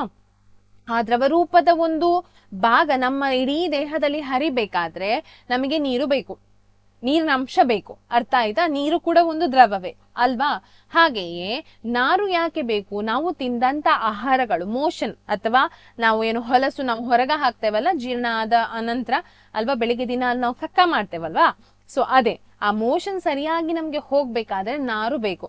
ಯಾರೆಲ್ಲ ನಾರಿನ ಅಂಶ ಸರಿಯಾಗಿ ತಿನ್ನುವುದಿಲ್ಲ ಅವರಿಗೆ ನೋಡಿ ಮೋಷನ್ ಸರಿಯಾಗಿ ಆಗುವುದಿಲ್ಲ, ಅವರಿಗೆ ಪ್ರಾಬ್ಲಮ್ ಇರ್ತದೆ, ಮೋಷನ್ ಇದು ಪ್ರಾಬ್ಲಮ್ ಇರ್ತದೆ, ಕಾನ್ಸ್ಟಿಪೇಷನ್ ಪ್ರಾಬ್ಲಮ್ ಅಂತ ಮಲಬದ್ಧತೆ ಸಮಸ್ಯೆ ಉಂಟಾಗ್ತದೆ. ಸೊ ಅಂತವರು ಬನಾನದಲ್ಲಿ ಹೆಚ್ಚು, ಬನಾನಾ ಅಂತ ಹೇಳಿದ್ರೆ ಬಾಳೆಹಣ್ಣಿನಲ್ಲಿ ಹೆಚ್ಚು ನಾರು ಪದಾರ್ಥ ಇರುವ ಕಾರಣ ಬನಾನನ್ನ ಹೆಚ್ಚು ತಿನ್ಬೇಕು, ಪಪಾಯ ತಿನ್ಬೇಕು ಅಲ್ವಾ? ಸೊ ಅಂತಹದೆಲ್ಲ ನಾರು ಪದಾರ್ಥಗಳನ್ನು, ಸೊಪ್ಪು ತರಕಾರಿಗಳನ್ನ ಹೆಚ್ಚು ತಿನ್ಬೇಕು, ಮೂಲಂಗಿ ತಿನ್ಬೇಕು. ಇದೆಲ್ಲ ನಾರಿನ ಅಂಶವನ್ನು ಹೊಂದಿರುವಂತಹ ಆಹಾರ ಪದಾರ್ಥಗಳು. ಇದು ಮೋಷನ್ ಅನ್ನ ಸರಿಯಾಗಿ ಹೋಗುವಂತೆ ಮಾಡ್ತದೆ. ಮೋಷನ್ ಅನ್ನ ನಾವು ಸ್ಟಾಕ್ ಮಾಡಿ ಇಡ್ಲಿಕ್ಕೆ ಇಲ್ಲ, ಕೆಲವರಿಗೊಂದು ಅಭ್ಯಾಸ ಇದೆ ಅದು, ಆಯ್ತಾ? ಏನಂತ ಹೇಳಿದ್ರೆ ಹೋಗುದೇ ಇಲ್ಲ, ಟಾಯ್ಲೆಟ್ಗೆ ಹೋಗುದಿಲ್ಲ, 2-3 ದಿವಸ ಅದನ್ನ ಕಟ್ಟಿ ಕಟ್ಟಿ ಕಟ್ಟಿ ಇಡ್ತಾರೆ. ಸೊ ಹಾಗಾಗುದ್ರಿಂದ ನಮ್ಮ ದೇಹ ಸರಿಯಾಗಿ ಜೀರ್ಣ ಆಗುದಿಲ್ಲ ಅಂತ ಅರ್ಥ. ಅದು ನಮ್ಗೆ ಈಗ ಗೊತ್ತಾಗೋದಿಲ್ಲ, ಮತ್ತೆ ಸ್ವಲ್ಪ ಸಮಯ ಒಂದು ಪ್ರಾಯ ಆಗ್ತಾ ಬರುವಾಗ ನಮ್ಗೆ ಏನಾಗ್ತದೆ, ಅದರಿಂದ ಸಮಸ್ಯೆ ಉಂಟಾಗ್ತದೆ. ನಮ್ಮ ದೇಹ ಸರಿಯಾಗಿ ತ್ಯಾಜ್ಯವನ್ನ ಹೊರಗೆ ಹಾಕದಿದ್ರೆ ನಮ್ಮ ದೇಹದಲ್ಲಿ ವಿಷ ಪದಾರ್ಥಗಳು ಅದು ಅಲ್ಲಿ ವಿಷ ಪದಾರ್ಥ ಆಗಿ ಕನ್ವರ್ಟ್ ಆಗ್ತದೆ, ಆಯ್ತಾ? ಸೊ ಅದು ನಮ್ಮ ದೇಹದಲ್ಲಿ ಉಳಿದುಕೊಂಡು ನಮ್ಮ ಬೇರೆ ದೇಹದ ಭಾಗಗಳನ್ನು ಕೂಡ ಅದೇನ್ ಮಾಡ್ತದೆ, ಹಾಳು ಮಾಡ್ತದೆ. ಸೊ ನಮ್ಗೆ ಮತ್ತೆ ರೋಗಗಳು ಬರ್ತದೆ. ಅದಕ್ಕೋಸ್ಕರ ನಾವು ಆದಷ್ಟು ಸರಿಯಾಗಿ ನೀರು ಕುಡಿಬೇಕು. ಒಂದು ಯೂರಿನ್ ಅಂತ ಹೇಳಿದ್ರೆ ಮೂತ್ರ ಸರಿಯಾಗಿ ಮಾಡ್ತಾ ಇರ್ಬೇಕು. ಹಾಗೆ ನಾವು ತಿಂದಂತ ಆಹಾರಗಳನ್ನ ಅದು ಜೀರ್ಣ ಆದ ನಂತರ ಅದನ್ನ ಏನ್ ಮಾಡ್ಬೇಕು, ದೇಹದಿಂದ ಹೊರಗೆ ಹಾಕ್ಬೇಕು. ಅದಕ್ಕೆ ನೀರು ಬೇಕು, ನಾರು ಬೇಕು. ಅರ್ಥ ಆಯ್ತಲ್ಲ? ಮತ್ತೆ ನೋಡಿ, ನಮ್ಮ ದೇಹವು ಆಹಾರದಿಂದ ಪೋಷಕಗಳನ್ನ ಹೀರಿಕೊಳ್ಳಲು ನೀರು ಸಹಾಯ ಮಾಡುತ್ತದೆ. ಬೆವರು, ಮೂತ್ರದ ರೂಪದಲ್ಲಿ ಕೆಲವು ತ್ಯಾಜ್ಯ ವಸ್ತುಗಳನ್ನ ದೇಹದಿಂದ ಹೊರಹಾಕಲು ಸಹ ಇದು ಅವಶ್ಯಕ. ಯಾವುದು? ನೀರು.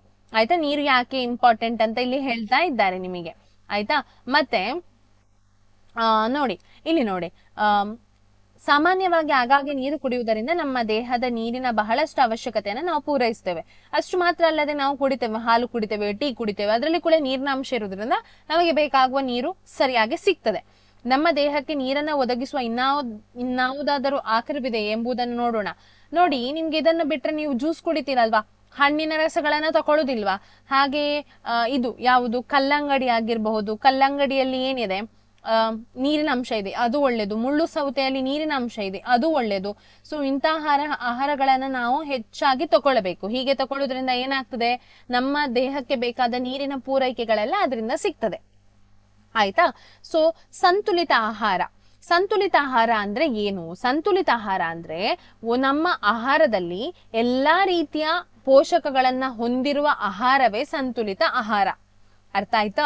ಸೊ ನಮ್ಮ ಆಹಾರದಲ್ಲಿ ಸರಿಯಾದ ಪ್ರಮಾಣದಲ್ಲಿ ಎಲ್ಲ ಪೋಷಕಗಳು ಇದ್ರೆ ಅದು ಅತಿ ಹೆಚ್ಚಾಗಿಯೂ ಅಲ್ಲ, ಕಡಿಮೆಯಾಗಿಯೂ ಅಲ್ಲ. ನಾರು, ನೀರು ಎಲ್ಲವೂ ಒಂದೇ ಪ್ರಮಾಣದಲ್ಲಿ ಇದ್ರೆ ಅದನ್ನ ಸಂತುಲಿತ ಆಹಾರ ಅಂತ ಹೇಳ್ತೇವೆ. ನೋಡಿ, ನಾನು ಇದನ್ನ ಟಿಕ್ ಮಾಡ್ತೇನೆ. ಇಲ್ಲಿ ನೋಡಿ, ದೇಹಕ್ಕೆ ಅವಶ್ಯಕವಿರುವ ಪೋಷಕಗಳು ನಮ್ಮ ಆಹಾರದಲ್ಲಿ ಸರಿಯಾದ ಪ್ರಮಾಣದಲ್ಲಿ ಇದ್ದು ಅದು ಅತಿಯಾಗಿಯೂ ಅಲ್ಲ ಮತ್ತೊಂದು ಕಡಿಮೆಯಾಗಿಯೂ ಅಲ್ಲ. ನಾರು, ನೀರು ಕೂಡ ಆಹಾರದಲ್ಲಿ ಒಳ್ಳೆ ಪ್ರಮಾಣದಲ್ಲಿ ಇದ್ರೆ ನಾವದನ್ನ ಏನಂತ ಕರಿತೇವೆ? ಸಂತುಲಿತ ಆಹಾರ ಅಂತ ಹೇಳಿ ಕರಿತೇವೆ, ಆಯ್ತಾ? ಸಂತುಲಿತ ಆಹಾರ ತಕೊಳ್ಳುದು ತುಂಬಾ ಇಂಪಾರ್ಟೆಂಟ್. ಸಣ್ಣ ಮಕ್ಕಳಿಗಂತೂ ಹೆಚ್ಚು ಸಂತುಲಿತ ಆಹಾರ ಅಗತ್ಯ ಇದೆ. ಯಾಕೆ ಹೇಳಿದ್ರೆ ನೀವು ಬೆಳೆಯುವ ಮಕ್ಕಳು, ನಿಮ್ಮ ಬೆಳವಣಿಗೆ ಮುಖ್ಯ ಅಲ್ವಾ? ನೀವೊಂದು 18 ವರ್ಷ ತನಕ ಸರಿಯಾಗಿ ಬೆಳೆಯುವುದರಿಂದ ಸೊ ಈ ಸಮಯದಲ್ಲಿ ನಿಮಗೆ ಸಂತುಲಿತ ಆಹಾರವನ್ನು ನಾವು ತಗೊಳ್ಬೇಕಾಗ್ತದೆ. ಎಲ್ಲಾ ವಯಸ್ಸಿನ ಜನರಿಗೂ ಒಂದೇ ರೀತಿ ಆಹಾರ ಕ್ರಮದ ಅವಶ್ಯಕತೆ ಇದೆ ಎಂದು ನೀವು ಆಲೋಚಿಸುವಿರಾ? ಇಲ್ಲ. ಅಂದ್ರೆ ಕೆಲವೊಮ್ಮೆ ಎಲ್ಲರಿಗೆ ಒಂದೇ ರೀತಿ ಆಹಾರ ಇರುವುದಿಲ್ಲ. ಈಗ ಒಂದು ಏಜ್ ಆದ ನಂತರ ಗಂಟು ನೋವೆಲ್ಲ ಜಾಸ್ತಿ ಆಗುವಾಗ ಕ್ಯಾಲ್ಸಿಯಂನ ಆಹಾರಗಳನ್ನ ಹೆಚ್ಚು ತಗೊಳ್ಬೇಕಾಗ್ತದೆ, ಆಯ್ತಾ? ಮತ್ತೆ ಗರ್ಭಿಣಿ ಸ್ತ್ರೀಯರು ಹೆಚ್ಚಾಗಿ ಪ್ರೋಟೀನ್ಗಳನ್ನ ತಗೊಳ್ಬೇಕಾಗ್ತದೆ. ಯಾಕೆ ಹೇಳಿದ್ರೆ ಮಗು ಬೆಳಿಬೇಕು, ಅದಕ್ಕೋಸ್ಕರ. ಅರ್ಥ ಆಯ್ತಾ? ಎಲ್ಲರಿಗೆ ಒಂದೇ ರೀತಿ ಆಹಾರ ಅಗತ್ಯ ಇರುವುದಿಲ್ಲ. ಅದನ್ನು ಡಿಪೆಂಡ್, ಅಂದ್ರೆ ನಾವು ಯಾವ ರೀತಿ ಆಹಾರವನ್ನ ತಿಂತೇವೆ ನೋಡಿ ಅದ್ರ ಮೇಲೆ ಡಿಪೆಂಡ್ ಆಗಿ ಇರ್ತದೆ. ಬೇಳೆಕಾಳುಗಳು, ಕಡಲೆಕಾಯಿ ಬೀಜ, ಸೋಯಾಬೀನ್, ಮೊಳಕೆ ಕಾಳುಗಳು, ಹುದುಗಿದ ಆಹಾರ ಪದಾರ್ಥಗಳು, ದಕ್ಷಿಣ ಭಾರತದ ಆಹಾರವಾದ ಇಡ್ಲಿ, ಸಂಯೋಜಿತ ಹಿಟ್ಟುಗಳು, ಕಡಲೆ ಬೆಳೆ ಹಿಟ್ಟು, ಗೋಧಿ ಹಿಟ್ಟಿನ ರೊಟ್ಟಿ, ಬೇಳೆಕಾಳುಗಳು ಮತ್ತು ಧಾನ್ಯದಿಂದ ಹಿಟ್ಟಿನ ಮಾಡಿದ ಪರೋಟ, ಬಾಳೆಹಣ್ಣು, ಪಾಲಕ್ ಸೊಪ್ಪು, ಕಡಲೆಕಾಯಿ, ಬೆಲ್ಲ, ಲಭ್ಯವಿರುವ ತರಕಾರಿ, ಇನ್ನಿತರ ಆಹಾರ ಪದಾರ್ಥಗಳು ಎಲ್ಲಾ ಪೋಷಕಗಳನ್ನು ಒದಗಿಸುತ್ತದೆ. ಆದ್ದರಿಂದ ಯಾರೇ ಆದರೂ ದುಬಾರಿ ಅಲ್ಲದ ಆಹಾರ ವಸ್ತುಗಳಿಲ್ಲದೆ ಸಂತುಲಿತ ಆಹಾರ ಸೇವಿಸಬಹುದು. ಅಂದ್ರೆ ಇದ್ರೆಲ್ಲದ್ರಲ್ಲಿ ಅಂದ್ರೆ ಪೋಷಕಗಳಿರುವುದರಿಂದ ಇದೆಲ್ಲ ನಾವು ತಿನ್ನುವಂತ ಆಹಾರ, ಕಾಸ್ಟ್ಲಿ ಫುಡ್ ಏನೋ ಅಂತ ಅಲ್ಲ. ಯಾರು ಹೇಳಲಿಕ್ಕಿಲ್ಲ ನನ್ನಲ್ಲಿ ಹಣ ಇಲ್ಲ ನನಗೆ ಹಾಗಾಗಿ ಸಂತುಲಿತ ಆಹಾರ ತಿನ್ಲಿಕ್ಕೆ ಆಗುದಿಲ್ಲ ಅಂತ ಹೇಳಲಿಕ್ಕಿಲ್ಲ. ಆಯ್ತಾ? ಸೊ ಇದು ಆಹಾರ ನೋಡಿ, ಅದು ಇಂಪಾರ್ಟೆಂಟೇ. ಮತ್ತೆ ಹಣ್ಣುಗಳು ಮತ್ತು ತರಕಾರಿಗಳನ್ನು ಕತ್ತರಿಸಿದ ನಂತರ ಅವುಗಳ ಸಿಪ್ಪೆ ತೆಗೆದ ನಂತರ ತೊಳೆದರೆ ಅವುಗಳಲ್ಲಿರುವ ವಿಟಮಿನ್ ನಷ್ಟವಾಗಬಹುದು. ಇದು ಇಂಪಾರ್ಟೆಂಟ್, ಇದು ಕೇಳಿಕೊಳ್ಳಿ. ಇದು ನಿಮ್ಮ ಅಮ್ಮನಿಗೆ ಅಥವಾ ಅಪ್ಪನಿಗೆ ಅಥವಾ ಮನೆಯಲ್ಲಿ ನೀವು ಹಣ್ಣು ತಿನ್ನುವಾಗ ಇದನ್ನ ಹೇಳಬೇಕು. ಮೊದಲಿಗೆ ತೊಳೆಯುವುದು, ನಂತರ ಅದನ್ನ ಕಟ್ ಮಾಡಿ ತಿನ್ನುವುದು. ಕಟ್ ಮಾಡಿದ ನಂತರ ಸಿಪ್ಪೆ ತೆಗೆದ ನಂತರ ತೊಳೆಯುವುದಲ್ಲ. ತರಕಾರಿಗಳು ಕೂಡ ಹಾಗೆ, ಅದನ್ನ ಬೇಯಿಸುದು ನೋಡಿ, ಮೊದಲಿಗೆ ತೊಳೆದು ಮತ್ತೆ ಬೇಯಿಸುದು ಅದನ್ನ, ಅನಂತರ ಆ ನೀರನ್ನ ಬಿಸಾಡುದಲ್ಲ. ಆ ನೀರಲ್ಲೆಲ್ಲ ಅದ್ರ ವಿಟಮಿನ್ಗಳು ಹೋಗಿರ್ತದೆ. ಮತ್ತೆ ನಾವು ಎಂತ ತಿಂದ್ರು ಕೂಡ ಅದು ನಮ್ಗೆ ಪ್ರಯೋಜನಕ್ಕೆ ಬರುವುದಿಲ್ಲ. ಅದಕ್ಕೆ ಬೇಯಿಸುವುದರಿಂದ ಆಹಾರವು ರುಚಿಯಾಗುವುದರ ಜೊತೆಗೆ ಸುಲಭವಾಗಿ ಜೀರ್ಣವಾಗುತ್ತದೆ. ನಮ್ಗೆ ಗೊತ್ತಿದೆ ಅದು. ಅದೇ ಸಮಯದಲ್ಲಿ ಬೇಯಿಸುವುದು ನಿರ್ದಿಷ್ಟ ಪೋಷಕಗಳ ನಾಶಕ್ಕೂ ಸಹ ಕಾರಣವಾಗಬಹುದು. ಅಂದ್ರೆ ಕೆಲವೊಮ್ಮೆ ಹೆಚ್ಚು ಬೇಯಿಸ್ತಾರೆ, ಅಂದ್ರೆ ಬೇಯಿಸಿ ಬೇಯಿಸಿ ಬೇಯಿಸಿ ಅದರ ಸತ್ವವೇ ಹೋಗ್ತದೆ. ಸೊ ಅದು ಕೂಡ ಅಲ್ಲ. ಸರಿಯಾಗಿ ನಾವು ತರಕಾರಿಗಳನ್ನ ಹೆಚ್ಚಾಗಿ ಅರ್ಧ ಬೇಯಿಸ್ಬೇಕು. ಯಾಕೆ ಹೇಳಿದ್ರೆ ಅದರಲ್ಲಿರುವ ಪೋಷಕಗಳು ನಮ್ಗೆ ಸಿಗ್ಬೇಕು, ಮತ್ತೆ ಅದು ನಮ್ಮ ಆಹಾರ ತಿಂದ ನಂತರ ಅದು ಏನಾಗ್ಬೇಕು, ಜೀರ್ಣ ಕೂಡ ಆಗ್ಬೇಕು. ಅದಕ್ಕೋಸ್ಕರ ಮತ್ತೆ ಜಾಸ್ತಿ ತಿಂದ್ರೆ ಏನಾಗ್ತದೆ,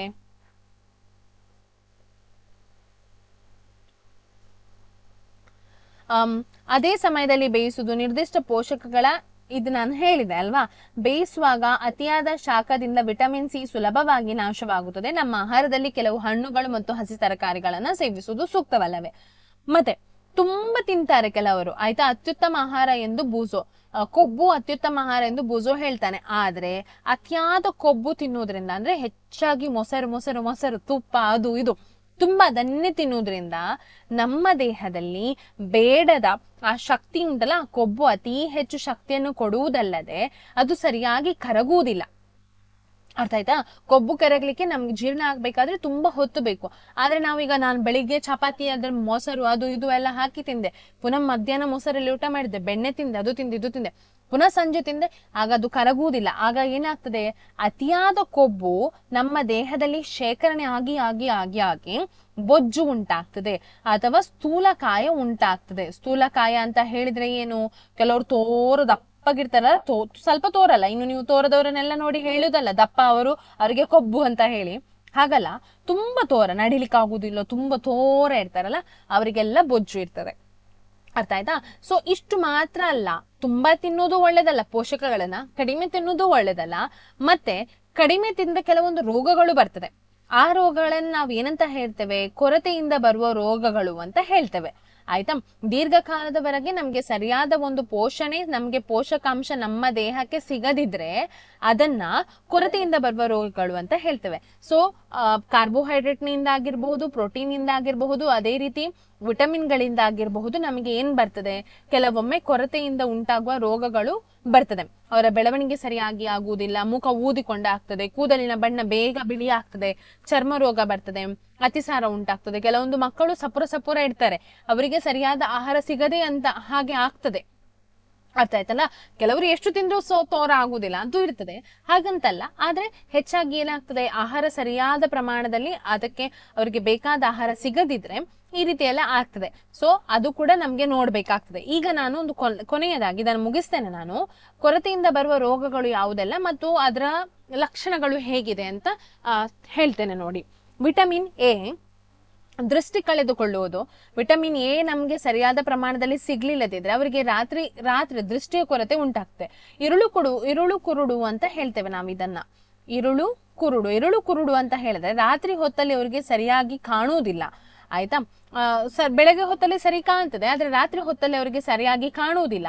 ಅದನ್ನ ಇರುಳು ಕುರುಡು ಅಂತ ಹೇಳ್ತೇವೆ. ನಾನು ನಿಮ್ಗೆ ತೋರಿಸ್ತೇನೆ ಇರುಳು ಕುರುಡು ಹೇಗಿರ್ತದೆ ಅಂತ ಹೇಳಿ. ನೋಡಿ, ಈ ಚಿತ್ರ ಕಾಣ್ತಾ ಉಂಟಾ ನಿಮಗೆ?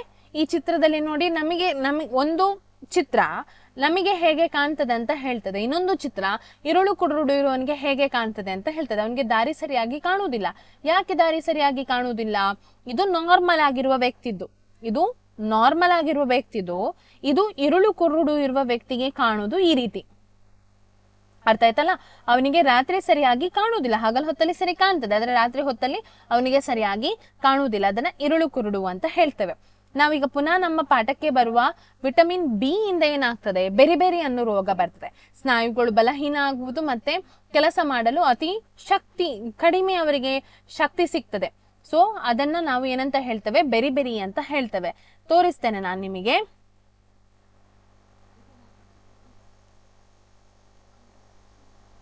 ಬೆರಿ ಬೆರಿಯಿಂದ ಏನೆಲ್ಲ ಆಗ್ತದೆ ಅಂತ ಹೇಳಿ ತೋರಿಸ್ತೇನೆ ನೋಡಿ. ಇದು ಬೆರಿ ಬೆರಿಯಿಂದ ಏನಾಗ್ತದೆ ಅಂತ ಹೇಳಿ, ಅವರ ಬಲ ಇರುವುದಿಲ್ಲ, ಅವನ ವಿಟಮಿನ್ ನೋಡಿ ಆ ಕೊರತೆಯಿಂದಾಗಿ ಅವನ ದೇಹಕ್ಕೆ ಸರಿಯಾದ ಬಲ ಇರುವುದಿಲ್ಲ, ಮೂಳೆಗೆಲ್ಲ ಬಲ ಇರುವುದಿಲ್ಲ. ಆಯ್ತಾ. ಸೊ ಇದು ಬೆರಿ ಬೆರಿಯಿಂದ ಆಗುವಂತಹದ್ದು. ಹಾಗೆ ವಿಟಮಿನ್ ಸಿ ಇಂದ ಸ್ಕರ್ವಿ ಅನ್ನೋ ರೋಗ ಬರ್ತದೆ. ಸ್ಕರ್ವಿ ಹೇಗಿರ್ತದೆ ಅನ್ನೋದನ್ನ ನಾನು ನಿಮ್ಗೆ ತೋರಿಸ್ತೇನೆ ನೋಡಿ. ಸ್ಕರ್ವಿ ಅನ್ನೋದು ಹಲ್ಲಿನ ಸಮಸ್ಯೆ, ಹಲ್ಲಿನ ವಸುಡುಗಳ ಸಮಸ್ಯೆ. ಇದು ವಸಡು ಅಲ್ವಾ, ಈ ವಸಡುಗಳಲ್ಲಿ ಹೆಚ್ಚಾಗಿ ಬ್ರಷ್ ಮಾಡುವಾಗ ರಕ್ತ ಬರ್ತಾ ಇರ್ತದೆ, ಮತ್ತೆ ಈ ರೀತಿ ಕೆಂಪು ಕೆಂಪು ಆಗ್ತದೆ, ಅದು ಸ್ಕರ್ವಿಯಿಂದ ಆಗುವಂತಹದ್ದು. ಅರ್ಥ ಆಯ್ತಾ.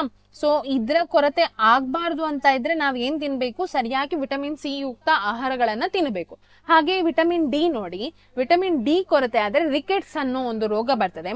ಮೂಳೆಗಳು ಮೃದುವಾಗುವುದು ಮತ್ತು ಬಾಗುವುದು. ಮೂಳೆಗಳು ಮೃದುವಾಗುವುದಂತ ಹೇಳಿದ್ರೆ ಅವನಿಗೆ ಸರಿಯಾಗಿ ಅವನ ಮೂಳೆ ಏನಾಗ್ತದೆ, ಮೆದು ಮೆದು ಆಗ್ತದೆ, ಮತ್ತೆ ಈ ರೀತಿ ಬೋ ಶೇಪ್ಡ್ ನೋಡಿ, ಈ ರೀತಿ ಕಾಲು ಹೀಗೆ ಸರಿ ಸ್ಟ್ರೇಟ್ ಇರುವುದಿಲ್ಲ, ಈ ರೀತಿ ಆಗ್ತದೆ. ಅದು ರಿಕೆಟ್ಸ್, ಸಣ್ಣ ಮಕ್ಕಳಲ್ಲಿ ಬರುವಂತಹ ಸಮಸ್ಯೆ ಇದು, ದೊಡ್ಡವರಲ್ಲಿ ಅಲ್ಲ, ಸಣ್ಣ ಮಕ್ಕಳಲ್ಲಿ ಈ ಸಮಸ್ಯೆ ಬರ್ತದೆ, ರಿಕೆಟ್ಸ್ ಅನ್ನೋ ಒಂದು ರೋಗ ಬರ್ತದೆ. ಆಯ್ತಾ. ಸೊ ನೆಕ್ಸ್ಟ್, ಕ್ಯಾಲ್ಸಿಯಂನ ಕೊರತೆಯಿಂದ ಉಂಟಾಗುವಂತಹ ಸಮಸ್ಯೆಗಳು ಯಾವುದು? ಮೂಳೆ ಮತ್ತು ಹಲ್ಲುಗಳು ಏನಾಗ್ತದೆ, ಬಲಹೀನ ಆಗ್ತದೆ. ಮೂಳೆ ಅವರದು ಬಲಹೀನ ಆಗ್ತದೆ. ಹಾಗಾಗಿ ಏನಾಗ್ತದೆ ಅಂತ ಹೇಳಿ ನೋಡ್ಬೋದು, ಪಿಕ್ಚರ್ ತೋರಿಸ್ತೇನೆ ನಾನು ನಿಮಗೆ. ಸರಿಯಾಗಿ ಕಾಲುಗಳು ಏನಾಗ್ತದೆ ನೋಡಿ, ಅವರಿಗೆ ನಡಿಲಿಕ್ಕೆ ಆಗುದಿಲ್ಲ, ಗಂಟು ನೋವು ಅಂತದೆಲ್ಲ ಉಂಟಾಗ್ತದೆ. ಮತ್ತೆ ನೋಡಿ ಈ ರೀತಿ ಕಲೆಗಳು, ಕಾಲಲ್ಲೆಲ್ಲ ಕಲೆ ಬರುವಂತಹದ್ದು, ಅದು ವಿಟಮಿನ್ ಡಿ ಕೊರತೆ ಇರುವವರಿಗೆ ಅಥವಾ ಸೊ ಕ್ಯಾಲ್ಸಿಯಂನ ಕೊರತೆ ಇರುವವರಿಗೆ ಆಗುವಂತಹದ್ದು ಇದು ಸಮಸ್ಯೆ. ಆಯ್ತಾ. ಹಾಗೆ ಅಯೋಡಿನ್ ತಿನ್ನದಿದ್ರೆ, ಅಂದ್ರೆ ನಾವು ಉಪ್ಪು, ಅಯೋಡಿನ್ ಯುಕ್ತ ಉಪ್ಪು ಅಂತ ಹೇಳಿ ನೋಡಿದ್ದೇವೆ ಅಲ್ವಾ, ನಾವು ಕೇಳಿದ್ದೇವೆ. ಅಯೋಡಿನ್ ಯುಕ್ತ ಉಪ್ಪುಗಳನ್ನು ನಾವು ಯಾಕೆ ಸೇವಿಸಬೇಕು ಅಂತ ಹೇಳಿದ್ರೆ ಇದಕ್ಕೆ. ಯಾಕೆ ಹೇಳಿದ್ರೆ ನಮ್ಮ ಕುತ್ತಿಗೆಯಲ್ಲಿ ಒಂದು ಗ್ರಂಥಿ ಇದೆ, ಆಯ್ತಾ, ಥೈರಾಕ್ಸಿನ್ ಅನ್ನೋ ಗ್ರಂಥಿ ಇದೆ. ಅದು ಸರಿಯಾದ ಪ್ರಮಾಣದಲ್ಲಿ ಥೈರಾಯ್ಡ್ ಅನ್ನೋ ಗ್ರಂಥಿ ಇದೆ, ಅದು ಥೈರಾಕ್ಸಿನ್ ಅನ್ನೋ ಹಾರ್ಮೋನ್ ಅನ್ನ ಸ್ರವಿಸದಿದ್ರೆ, ಅದಕ್ಕೆ ಸರಿಯಾಗಿ ಏನ್ ಸಿಗದಿದ್ರೆ, ಅಯೋಡಿನ್ ಸಿಗದಿದ್ರೆ ಅದು ಊದಿಕೊಳ್ತದೆ. ಊದಿಕೊಂಡು ಹೇಗಾಗ್ತದೆ ಅಂತ ಹೇಳಿ ತೋರಿಸ್ತೇನೆ ನಾನು ನಿಮಗೆ ನೋಡಿ. ಕುತ್ತಿಗೆಯ ಭಾಗ ಹೀಗೆ ಊದಿಕೊಳ್ತದೆ. ಆಯ್ತಾ. ಸೊ ಇದು ಗಳಗಂಡ ರೋಗ. ಯಾವ ರೋಗ? ಗಳಗಂಡ ರೋಗ. ಯಾಕೆ ಗಳಗಂಡ ರೋಗ? ಇದಕ್ಕೆ ಗಾಯ್ಟರ್ ಅಂತ ಇಂಗ್ಲಿಷ್ ನಲ್ಲಿ ಹೇಳ್ತಾರೆ, ಕನ್ನಡದಲ್ಲಿ ಗಳಗಂಡ ರೋಗ ಅಂತ ಹೇಳ್ತಾರೆ. ಇದು ಮಕ್ಕಳಲ್ಲಿ ಮಾನಸಿಕ ಅಸ್ವಸ್ಥತೆ ಎಲ್ಲ ತುಂಬಾ ಇದಾದ್ರೆ ಮಕ್ಕಳಲ್ಲಿ ಅದು ಮಾನಸಿಕ ಅಸ್ವಸ್ಥತೆ ಎಲ್ಲ ಉಂಟಾಗ್ತದೆ. ಮತ್ತೆ ಇರುವಂತಹದ್ದು ಕಬ್ಬಿಣದ ಅಂಶ ನಮ್ಮಲ್ಲಿ ದೇಹದಲ್ಲಿ ಕಡಿಮೆ ಆದ್ರೆ ರಕ್ತಹೀನತೆ ಉಂಟಾಗ್ತದೆ. ರಕ್ತಹೀನತೆ ಉಂಟಾದ್ರೆ ಏನಾಗ್ತದೆ, ಸುಸ್ತಾಗುವುದು, ಮಕ್ಕಳಿಗೆ ಶಕ್ತಿ ಇಲ್ಲದಿರುವುದು. ಈಗ ಈ ಪಿಕ್ಚರ್ ನೋಡಿದಾಗ ನಿಮ್ಗೆ ಗೊತ್ತಿರಬಹುದು, ಡಾಕ್ಟರ್ ಫಸ್ಟಿಗೆ ನೋಡ್ತಾರೆ ರಕ್ತ ಉಂಟಾ ಅಂತ. ನೋಡಿ ಇಲ್ಲಿ ಇವಳದು ರಕ್ತ ಕಣ್ಣು ನೋಡಿ ಕೆಂಪು ಇಲ್ಲ, ಬಿಳಿ ಬಿಳಿ ಇದೆ. ಸೊ ಹಾಗಾಗಿ ರಕ್ತದ ಕೊರತೆ ಇದೆ ಅವಳಲ್ಲಿ. ಸೊ ಅದನ್ನ ಕಡಿಮೆ ಮಾಡ್ಬೇಕಾದ್ರೆ ನಾವು ಕಬ್ಬಿಣದ ಯುಕ್ತ ಆಹಾರಗಳನ್ನ ನಾವು ಏನ್ ಮಾಡ್ಬೇಕಾಗ್ತದೆ, ಸೇವಿಸಬೇಕಾಗ್ತದೆ. ಆಯ್ತಾ. ಸೊ ಇದು ಆಹಾರದಲ್ಲಿ ಕೆಲವೊಂದು ಪ್ರಮಾಣದ ಪೋಷಕಗಳು ಕಡಿಮೆ ಆದಾಗ ಬರುವಂತಹ ರೋಗಗಳು. ಹಾಗಾಗಿ ನಾವ್ ಈ ಪಾಠದಿಂದ ಏನನ್ನ ಕಲ್ತ್ವಿ ಹೇಳಿ ನನಗೆ? ಎಲ್ಲಾ ರೀತಿಯ ಪೋಷಕಗಳು ನಮ್ಮ ದೇಹದ ಸರಿಯಾದ ಬೆಳವಣಿಗೆ ಆಗಬೇಕಾದ್ರೆ ಎಲ್ಲಾ ರೀತಿಯ ಪೋಷಕಗಳು ಬೇಕು. ಯಾವುದೇ ಒಂದು ಒಂದೇ ಪೋಷಕವನ್ನ ಇಟ್ಕೊಂಡು ನಾನು ಇದನ್ನ ಮಾತ್ರ ತಿಂತೇನೆ, ಇದು ನಂಗೆ ಸಾಕು ಅಂತ ಹೇಳಿಕ್ಕಿಲ್ಲ. ಸ್ವಲ್ಪ ಪ್ರಮಾಣದಲ್ಲಿ ಎಲ್ಲಾ ಪೋಷಕಗಳು ಬೇಕು. ಸಂತುಲಿತ ಆಹಾರವನ್ನು ನಾವು ಸೇವಿಸಬೇಕು. ಹಾಗಿದ್ದಾಗ ಮಾತ್ರ ನಮ್ಮ ದೇಹದ ಸರಿಯಾದ ಬೆಳವಣಿಗೆ ಆಗ್ತದೆ. ಇಲ್ಲದಿದ್ರೆ ನಮ್ಮ ದೇಹಕ್ಕೆ ಏನಾಗ್ತದೆ, ಕೊರತೆಯಿಂದ ಬರುವಂತಹ ರೋಗಗಳಾಗಿರಬಹುದು, ಬೇರೆ ಬೇರೆ ರೋಗಗಳು ಬಂದು ನಮ್ಗೇನಾಗ್ತದೆ, ನಮ್ಮ ಆರೋಗ್ಯ ಹಾಳಾಗ್ತದೆ. ಸೊ ಇದಿಷ್ಟು ಇವತ್ತಿನ ಪಾಠ. ಆಯ್ತಾ. ಆಹಾರದಲ್ಲಿರುವ ಪೋಷಕಗಳನ್ನು ಪಾಠ. ವಿಡಿಯೋ ಇಷ್ಟ ಆಗಿದ್ರೆ ನೀವೇನ್ ಮಾಡ್ಬೇಕೀಗ, ಶೇರ್ ಮಾಡಬೇಕು ಅಲ್ವಾ? ವಿಡಿಯೋ ಇಷ್ಟ ಆಗಿದ್ರೆ ನೀವು ವಿಡಿಯೋನ ಶೇರ್ ಮಾಡಿ, ಮತ್ತೆ ಒಂದು ಲೈಕ್ ಕೊಡಿ. ನಿಮ್ಮ ಲೈಕಿನಿಂದ ನನಗೆ ಸಮಾಧಾನ ಆಗ್ತದೆ, ಓ ನಿಮ್ಗೆ ಪಾಠ ಅರ್ಥ ಆಯ್ತು, ನನಗೆ ಖುಷಿ ಅನ್ನಿಸ್ತದೆ. ಅಥವಾ ಏನಾದ್ರೂ ಇಂಪ್ರೂವ್ಮೆಂಟ್ಸ್ ಬೇಕಿದ್ರು ಕೂಡ ಅದನ್ನ ವಿಡಿಯೋ ಒಂದು ಕಮೆಂಟ್ಸ್ ನ ಮೂಲಕ, ಈ ರೀತಿ ಆಗ್ಬೇಕಿತ್ತು ಮಿಸ್, ಇದು ಅರ್ಥ ಆಗ್ಲಿಲ್ಲ, ಈ ರೀತಿ ಹೇಳಿದ್ರೆ ಒಳ್ಳೇದಾಗ್ತದೆ ಅಂತ ಹೇಳಿ ನಿಮ್ಮ ಮನಸ್ಸಿಗೆ ಏನಾದ್ರೂ ಭಾವನೆ ಬಂದ್ರೆ ಆ ರೀತಿ ಕೂಡ ಅದನ್ನ ಕಮೆಂಟ್ ಮೂಲಕ ನನಗೆ ತಿಳಿಸಬಹುದು. Always your comments are welcome. ಆಯ್ತಾ, ನಿಮ್ಮ ಕಮೆಂಟ್ಸ್ ಅನ್ನ ನಾನು ಧನಾತ್ಮಕವಾಗಿ ತಗೊಳ್ತೇನೆ. ಇದರಿಂದ ಹೆಚ್ಚು ಇಂಪ್ರೂವ್ಮೆಂಟ್ ಮಾಡಲಿಕ್ಕೆ ನನಗೆ ಅದು ಸಹಾಯ ಆಗ್ತದೆ ಅಂತ ಹೇಳ್ತಾ ಈ ಪಾಠ ಇಲ್ಲಿಗೆ ಮುಗಿತದೆ. ಮುಂದಿನ ಭಾಗದಲ್ಲಿ ಇದಕ್ಕೆ ಸಂಬಂಧಪಟ್ಟಂತಹ ಏನು ನೋಟ್ಸ್ ಅದನ್ನ ಡಿಸ್ಕಸ್ ಮಾಡುವಂತಹ ವಿಡಿಯೋನ ಹಾಕ್ತೇನೆ. ವಿಡಿಯೋ ಇಷ್ಟ ಆಗಿದ್ರೆ ಇನ್ನೊಮ್ಮೆ ಹೇಳ್ತಾ ಇದ್ದೇನೆ, ಲೈಕ್ ಮಾಡಿ ಮತ್ತೆ ನಿಮ್ಮ ಫ್ರೆಂಡ್ಸಿಗೆ ಶೇರ್ ಮಾಡಿ ಮತ್ತು ನಮ್ಮ ಚಾನಲ್ ಅನ್ನ ತಪ್ಪದೆ ಸಬ್ಸ್ಕ್ರೈಬ್ ಮಾಡಿ ಅಂತ ಹೇಳ್ತಾ ಎಲ್ಲರಿಗೂ ಧನ್ಯವಾದಗಳು.